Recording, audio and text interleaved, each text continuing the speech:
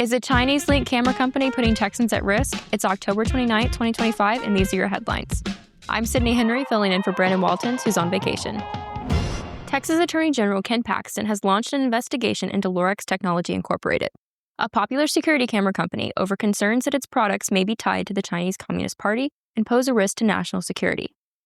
The probe aims to determine whether Lorex is deceptively marketing its surveillance cameras as safe for Texas consumers while reliant on critical components supplied by Dahua, a Chinese tech company known for its close ties to the CCP and now flagged by federal agencies as a Chinese military company. Even though Dahua sold Lorex to a Taiwan-based company in 2022, reports show that Dahua remains deeply embedded in Lorex's supply chain.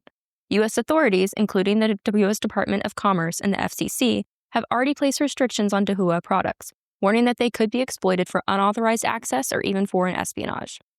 Despite these national security warnings, Lorex cameras are still widely sold in Texas at major retailers like Amazon, Costco, and Best Buy.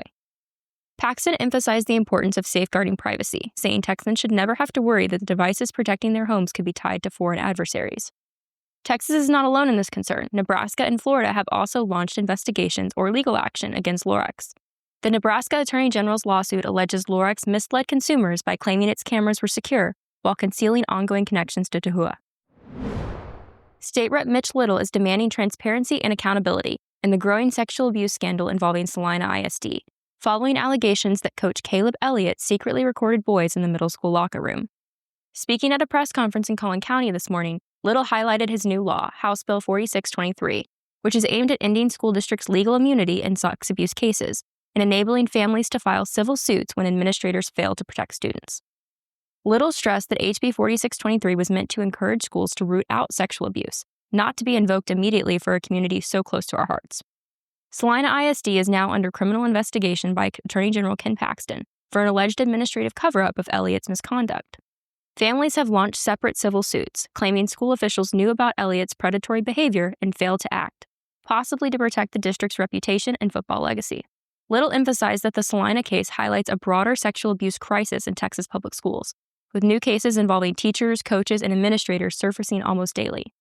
He also questioned the independence of Celina ISD's own investigation, calling for the district to publicly release findings and name those responsible for supervising and retaining Elliott despite prior incidents. Accompanied by attorneys that will be representing victims' families, Little vowed continued efforts for legal answers and warned, "We must believe and prioritize children's reports of abuse over a coach's reputation." Protesters outside demanded action with signs declaring, "Don't hurt the children and stop the cover-up." The investigation is ongoing, with more lawsuits and details expected soon. But every day I run into something that I'm dealing with the county judge. Judge Bray recused himself, but as we'll soon see, he couldn't resist reinserting himself into the process. Signing notices, setting deadlines, accepting candidate applications, rejecting candidate applications. The dispute that ensued thereafter was centered on whether or not Judge Bray had the authority to do those things or should have been doing those things. Head over to TexasScorecard.com today to watch our latest documentary, Kicking the Circle. In the ongoing battle over Tarrant County's new Republican-drawn commissioner districts, the U.S. Fifth Circuit Court of Appeals ruled against Democrat-backed legal challenges, allowing the new boundaries to stand for the 2026 elections.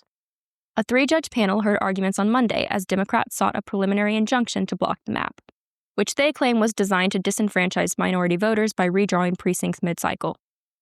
The Republican-controlled Commissioners Court approved the new map in June, expanding their advantage from 3-2 to 4-1, fulfilling campaign promises and sparking backlash from Democrat attorneys representing local voters. The plaintiffs argue that the changes will lead to unequal disenfranchisement, as staggered elections mean some voters must wait an extra 2 years to vote for commissioners. County officials defended the move as permissible partisan gerrymandering under current voting rights case law, pointing out that prior redistricting efforts by Democrats in Dallas, Harris, Travis, and Bexar counties similarly cut out Republican districts. Ultimately, the Fifth Circuit sided with Republicans, upholding the lower court's decision. The district boundaries will remain in effect for the March 2026 primaries, with candidate filing beginning November 8th. For more of today's stories, go to TexasScorecard.com.